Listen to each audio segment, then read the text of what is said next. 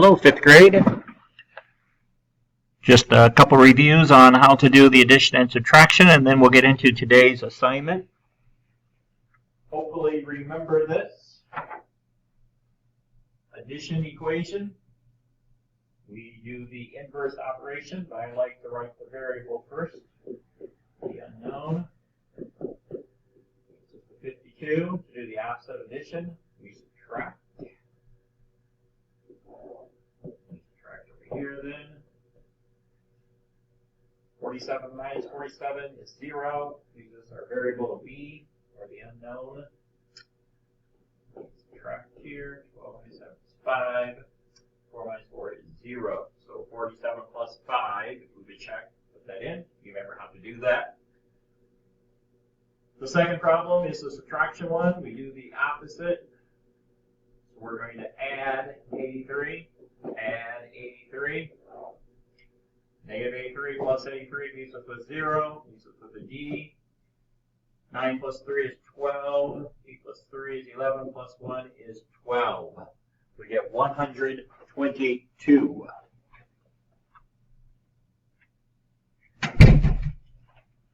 Just a little review on how to do those. I think your sheets showed you knew how to do that. Now multiplication. Same as the other, we're going to do the inverse operation, except not adding, subtracting, we're multiplying here.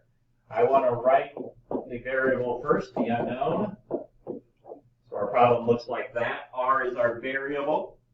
How do we find R? We're going to do the opposite. The opposite of multiplication is division, and we do that with that line. That there means 8 divided by 8. And I do the same thing over there. 48 divided by 8. Keep everything on the opposite side. 8 divided by 8 is 1, or R, 1R. So we just say R. And 48 divided by 8 is 6. We want to check it. Put it back in there. 8 times 6 does equal 48. Yes. They are the same. So we do the opposite. Here, y, we want the variable first, times 4 equals 52. Anytime you see that, where there's a number and a variable right by each other, it means times. 4 times y equals 52. That's what that is saying. 4 times y equals 52. Well, we want to write with the variable first. So y times 4 equals 52. Do the opposite. We're multiplying today, so we're going to be dividing every time. Take 52 divided by 4.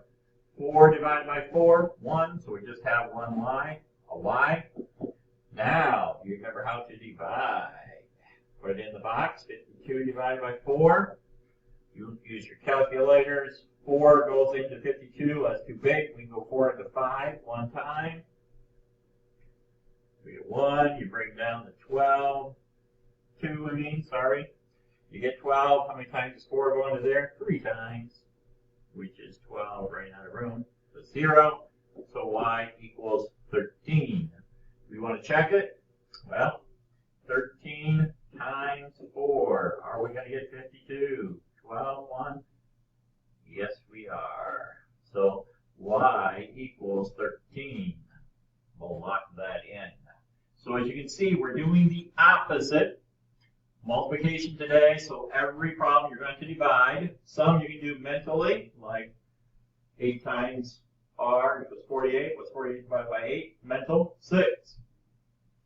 But 52 divided by 4, I can't do as well. So there. And some of us might have forgotten how to divide that way.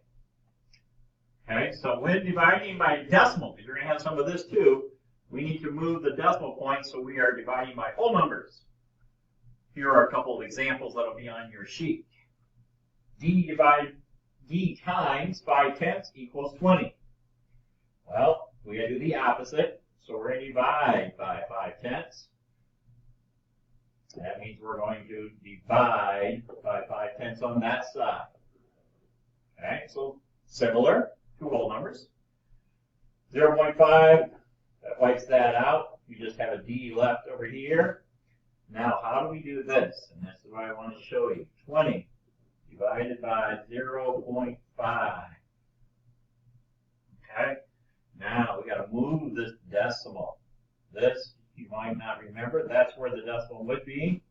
So we move it. So now we're really taking 5 into 200. I'll move that up so you can see that. So we got to have a whole number, and whatever we do on one side, we have to do on the other. Same with our equation. So we move that decimal one place. So we have a 5. Now, how many times does 5 go into 200? Well, let's start with 5 into 2. Nope, too small. 5 into 20. Yes, 4 times. 5 times 4 is 20. 0. Bring down the 0. 5 goes into 0 times. And there we get our answer, 40.0. So our answer, we just write it as a whole number, is 40. Now some of you know 0.5 is a half. 40 times half of it is equal to 20. But the tricky part is right there. Moving that decimal, then move it there, and then it goes up to 40. So I'll do another one of those because they're a little tricky. Anytime you have this, that means 2.5 times E. That's really what that's saying. I like the unknown variable first, so 0 times 2.5 equals 6. Now I have it. Now I can do the inverse operation. Divide by 2.5. Divide by 2.5. These cancel out. E equals, what is 6 divided by 2.5? We'll write kind of small here. All right. Can't have a decimal on this side, so we got to move it just like we did. The decimal's here, so I'm going to move it. Goes to 60. I'm going to move that up. My decimal is there. How many 25s go into 60? 2 quarters is 50. I go down 1, 0. Whoa, I'm not done. I have to add another 0. That doesn't change. Some of you will remember doing that. Now I get 100. 25 goes into that 4 times. And then that gives us 0. So our answer is 2.4. Getting a little messy here. All right. If you run into trouble and you can't do that work, a calculator will also do that for you. But the division part, I'd like you to try, some of you, a few of those. Use your calculator to kind of check, see if 6 divided by 2.5 is that answer. Sometimes you just need to move the decimal straight up, like these problems. Okay, it's written out good. F times 21 equals 6.3. I can divide by 21, divide by 21. These cancel out. 21 divided by 21 is 1. All we're left is an F. Now, what is 6.3 divided by 21? Okay? No decimal on the outside. 21 is exactly how it's written. This time, we just move this decimal straight up. We just leave it where it is, like it mentioned up on the top of the screen. Now, how many times does 21 go to 6.3? It goes in 3 times. 21 times 3 is 63. And our answer, we'll show that's less than 1. So F equals 0.3. Those are a little easier. Just got to move the decimal up when it's found in the product. So watch for that today. Here we got 18S. That means S times 18, or 18 times S. I like the variable first. So we go like that. Do the opposite or inverse operation. We're going to divide both by 18. S equals. Now I got to divide that. I'm just going to go to another page to do that, so you can see it. 12.6 divided by 18. 12.6 divided by 18. All right. I don't have to move it because it's not by the 18. No decimal in there. Just gotta move this straight up. Now I gotta estimate how many 18s go into 12.6. Is it 6? Go 4, 108.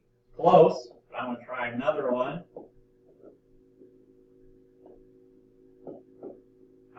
That's what I need, the 7. So I put the 7 up there.